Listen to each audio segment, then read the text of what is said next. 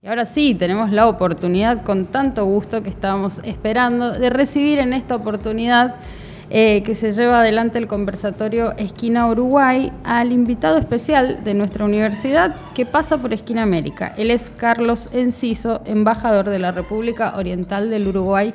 Buenas tardes, Carlos, gracias por acercarte. Gracias, Sol, un gusto estar aquí en Lanús, en la universidad, coordinada esta actividad por el amigo Francisco Cafiero y que en algún aspecto es parte también de una relación con todos estos temas vinculados al Río de la Plata, a Latinoamérica, a la integración, si vale el término. Términos e ideas tan importantes en la actualidad, ¿no? Como siempre renovado. Arrancamos entonces, aprovechando este homenaje, para preguntarte qué implica hoy volver a Luis Alberto de Herrera, ¿no? ¿Cómo pensamos la injerencia en sus nuevas formas? A ver, como pequeño preámbulo, el contexto de quién era este personaje multifacético, sobre todo para las nuevas generaciones. Fue un hombre, como quien dice, de 2 siglos, porque fue en su época juvenil revolucionario de la última revolución gaucha que hubo en el Río de la Plata, que fue la revolución saravista en Uruguay en 1897 y 1903, que fue una guerra civil importante entre lo que en aquel momento era el partido de gobierno, el Partido Colorado, y el partido opositor, que era el Partido Blanco, Partido Nacional ya en esa época, y que la figura de Herrera se formó allí, en los campos de batalla, pero siendo también una interesante figura por su formación, porque era un doctor de la época, pero no en el sentido peyorativo. Él se reía muchas veces de ese término que era a veces propio de camotes o digamos algunas asociaciones con las élites de la época. Si bien tenía una formación y venía de una familia de cierto modo, para lo que es lo local, patricia, tenía una impronta muy popular. Fue abogado, pero nunca ejerció. Era diplomático en aquel momento y dejó su cargo para venir a pelear a la revolución saravista, que era, para tener una idea con lo que podemos decir aquí, contemporáneo de este lado del charco, los enunciados muy parecidos a la Revolución del Parque: sufragio universal, garantías electorales, voto secreto. Si vos ves los enunciados de la Revolución del Parque, del radicalismo y de Alem fundamentalmente, era muy parecido a las reivindicaciones del otro lado del saravismo, y es interesante esa similitud. Y bueno, Herrera después fue derrotada la revolución con la muerte de Saravia, el que reconstruyó el partido de la derrota militar, y fue el jefe civil y fue caudillo popular, y que hizo, ya muy veterano, un año antes de morir, los acuerdos necesarios para, después de 100 años, ganar la elección en el 58, y una vasta trayectoria parlamentaria, política. Acá me acompaña el amigo Juan Pablo Yambic, cuyo abuelo Aedo fue senador y espada principal de Herrera en el Parlamento, en el Senado uruguayo. Fue quien argumentó y de alguna forma se desenmascaró lo que era un intento americano de poner bases en Punta del Este, en Uruguay, bases militares. Y gracias a Herrera y a Aedo no hay bases militares en Uruguay, que ya estaba muy cocinada la cosa. Gran Y obviamente esa base geopolíticamente era para mirar para este lado, no era, era un enclave en el Río de la Plata, que hasta hoy estos temas militares geopolíticos, y vaya si con Malvinas está claro, están vigentes.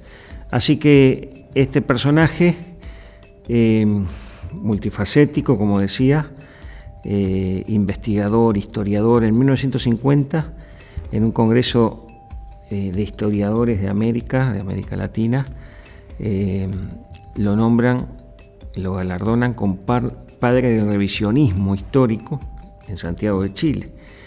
Y si vos vas a la biografía de él, que es muy vasta, escribió tesis desde la Revolución Francesa y Sudamérica hasta un montón de ensayos y de trabajos vinculados al drama del 65, como lo llamaba cuando se atacó la Triple Alianza, cuando se hizo la Triple Alianza contra Paraguay, del cual, como reivindicación, siendo ya muy veterano, de lo que le debía Uruguay a Paraguay por esa intervención, él se alistó en el ejército paraguayo voluntario cuando la guerra del Chaco.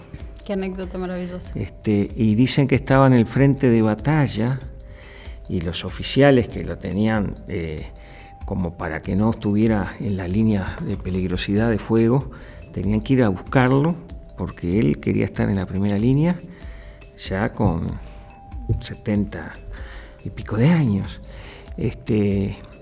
A tal punto que el mariscal Estigarribia tuvo que dar una orden directa que lo sacaran.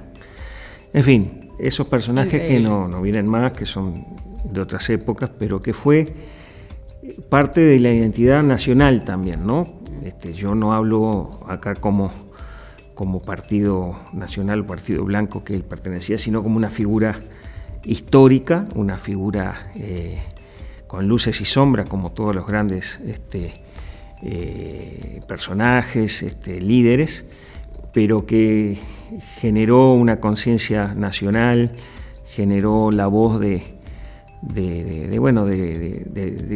la América Latina también profunda en Uruguay, en un momento muy complejo, donde Uruguay se la catalogaba como la Suiza de América.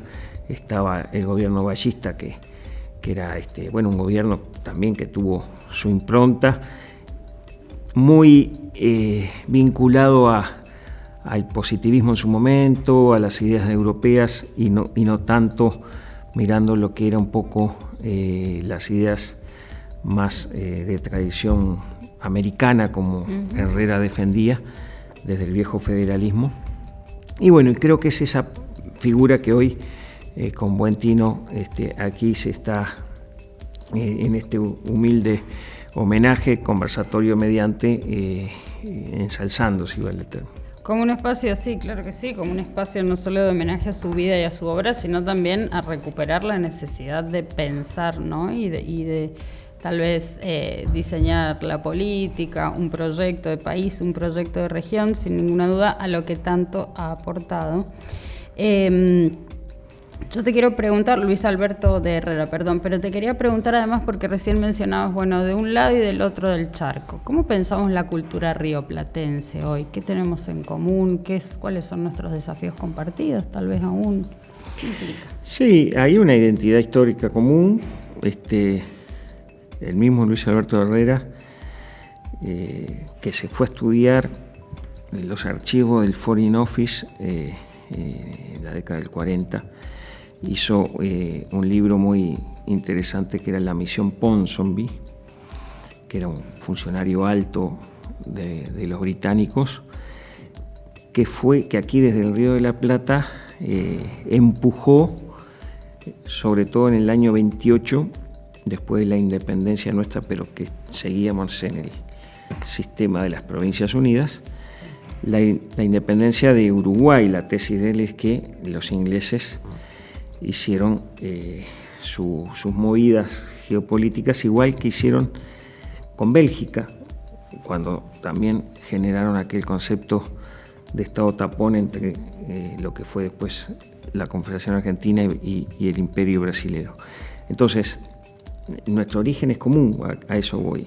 Nuestra cultura, que viene del viejo virreinato y de los criollos, y de los líderes o de los héroes de la independencia, de la identidad cultural, del desarrollo de los pueblos después con el crisol de la emigración como componente fundamental en nuestras patrias, generaron costumbres, modismos, y bueno, y las identidades desde la música, con tal vez el patrimonio mundial del tango que nos une a los dos, lunfardo mediante y algunas otras cuestiones, que bueno, que lo vemos aquí en estos días, los uruguayos cruzando, y cuando el cambio conviene más, los argentinos yendo también a Colonia o a Montevideo o al este o a recorrer también el país, y se sienten como casi en casa prácticamente.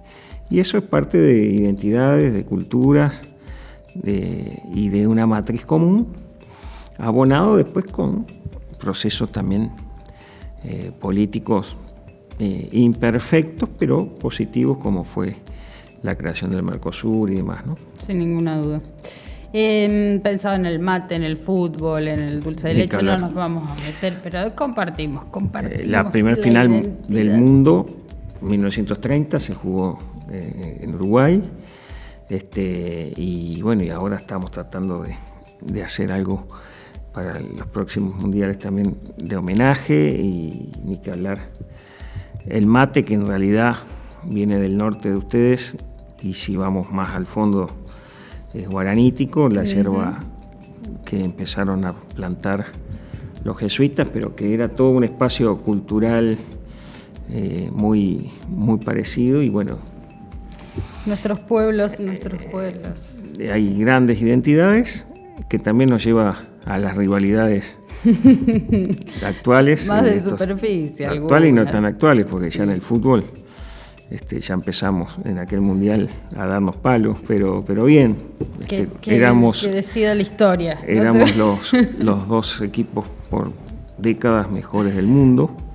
Uruguay había ganado el 24 y 28 campeones olímpicos, bueno, en el 30, pero Argentina después repechó después de nosotros en el 50, que empezamos un declive, y Argentina, bueno, acá estamos con el último mundial que todos, después que Uruguay quedó afuera, acá en la embajada hay algunos testigos aquí, hacíamos una rueda de amigos argentinos y uruguayos para compartir la alegría para de la hinchar, victoria, y bueno, sí. Así que esas identidades no se ven en otros lados.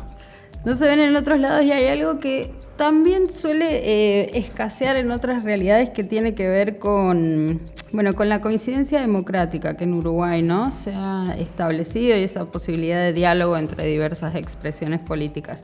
Hay sectores en la Argentina que lo valoran mucho. ¿Cuál crees, que es el aporte desde Uruguay para la región en esos términos?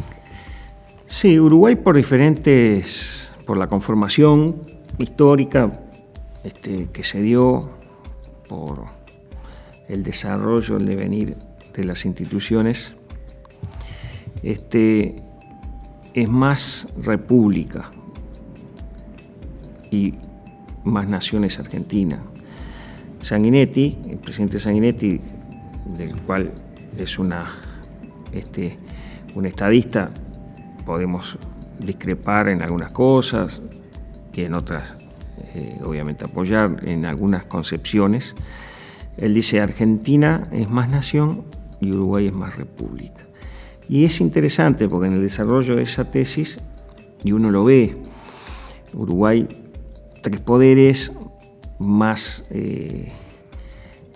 tradicionalmente republicano, con un componente democrático históricamente muy fuerte. Argentina mucho más amplio, territorio, población, contradicciones históricas, el poder de los grupos de presión es mayor, entonces desde los sectores históricamente de las Fuerzas Armadas, la Iglesia, los sindicatos, cada uno con sus intereses, pesan mucho más en las decisiones de gobierno que en Uruguay. Entonces ahí hay una diferencia en el devenir histórico objetivo, no digo que una sea buena 100% y la otra mala, ni mucho menos, cada realidad es diferente.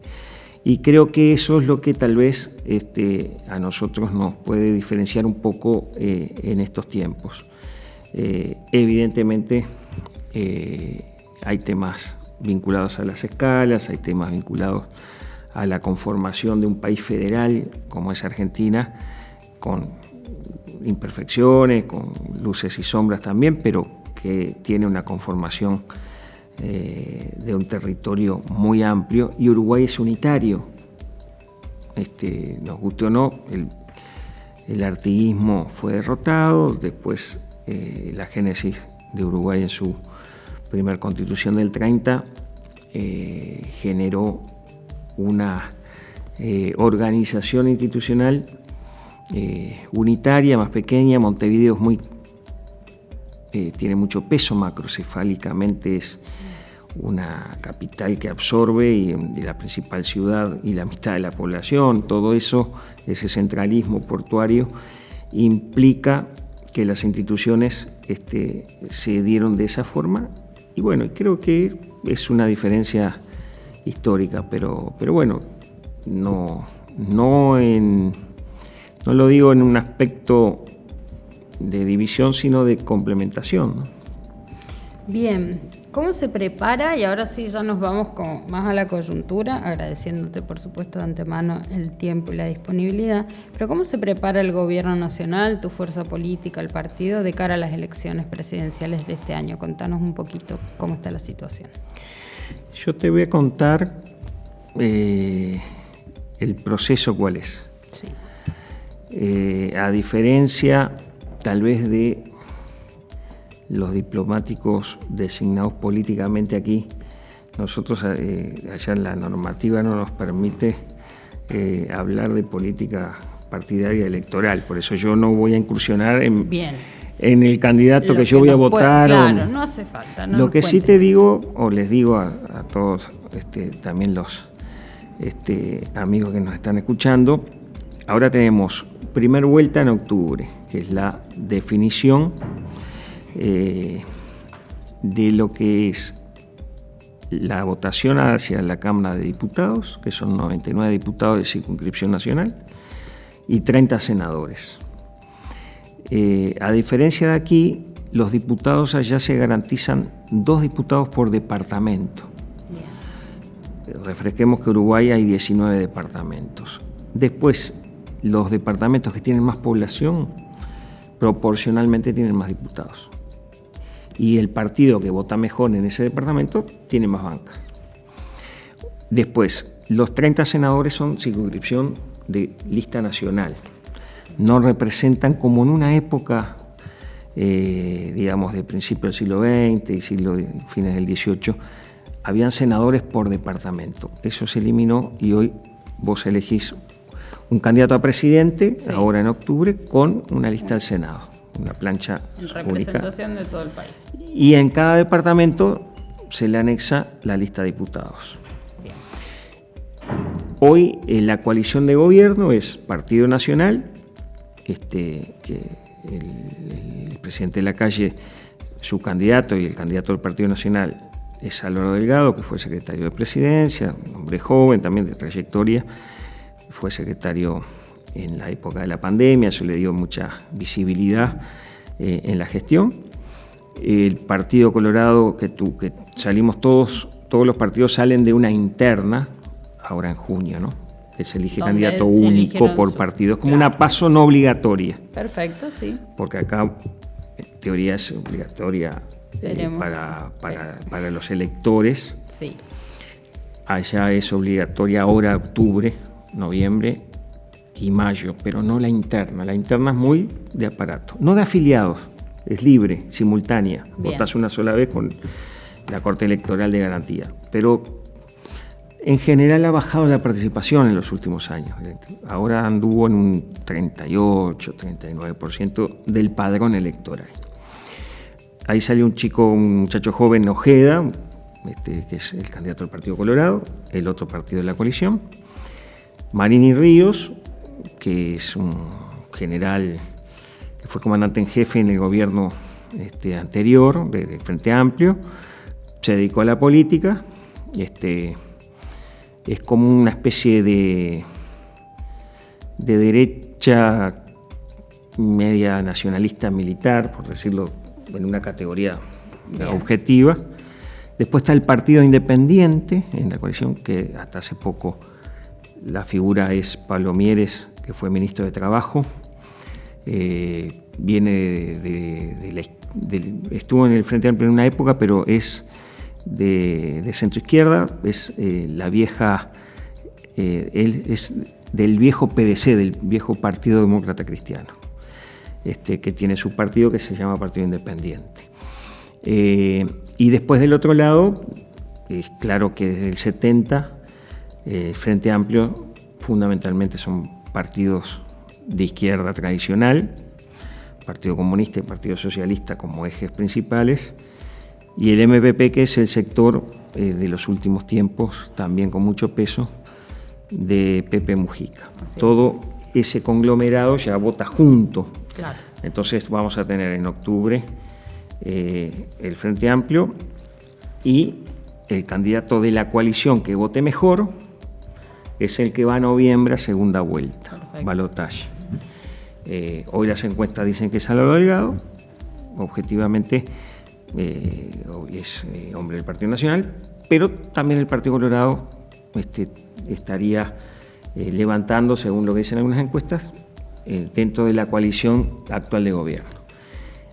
Noviembre, fines del último domingo, balotaje, ya elegiste las cámaras en octubre, y en mayo, esto fue una reforma constitucional del año 96, en algunos cambios que hubo, en mayo se eligen los 19 intendentes y los cientos de alcaldes y consejos municipales que hay en las localidades del interior y en Montevideo también. Pero ya en un proceso donde está instalado el gobierno nuevo y ahí el legislativo el constituyente del momento generó este cambio para darle un poco más de autonomía y poder a los departamentos, porque muchas veces pasaba que habían buenos candidatos, pero cuando la elección era el mismo día de la nacional, arrastraba la boleta nacional y el candidato a intendente quedaba minimizado. Entonces eso fue algo virtuoso, porque además, y yo ahora lo puedo hablar como intendente que fui de Florida, yo no vengo de la carrera diplomática. Cuando me dicen sos diplomático de carrera, yo digo soy diplomático a la carrera. Me llamó el presidente, me dijo tenés que irte para enfrente y acá estamos. Pero yo fui intendente y bueno, se dio que mi primer periodo ganó Mujica y mi segundo periodo ganó Vázquez. Mi primera elección la gané por 252 votos. Mi segunda elección ya tuve 30.000 a 15, fue bastante importante la diferencia. Bueno, pero a mí en la segunda, por la gestión, me votó gente de todos los partidos políticos, porque la gente vota lo local y la gestión, y dijo yo ya cumplí con mi partido, ahora te voy a votar a vos.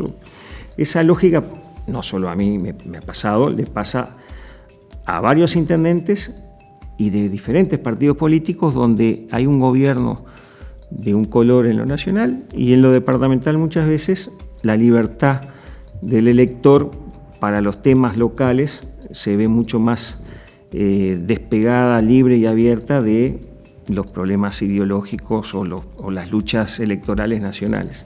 Eso creo que ha sido una ventaja para intendentes y para municipios también que eligen ciudadanos con más, si vale el término, autonomía de los partidos, por más que cada uno tiene su columna en un partido, pero las corrientes locales pesan más en la elección en ese aspecto, y lo hizo, creo yo, más democrático, si se quiere, ¿no? Y en la voluntad popular, claro. ¿Quién resuelve los problemas de la gente? Que un poco, en algún punto, en un punto muy importante, es para lo que se hace la política, ¿no? Desde los distintos espacios de poder, para solucionar problemas cotidianos a nuestros pueblos.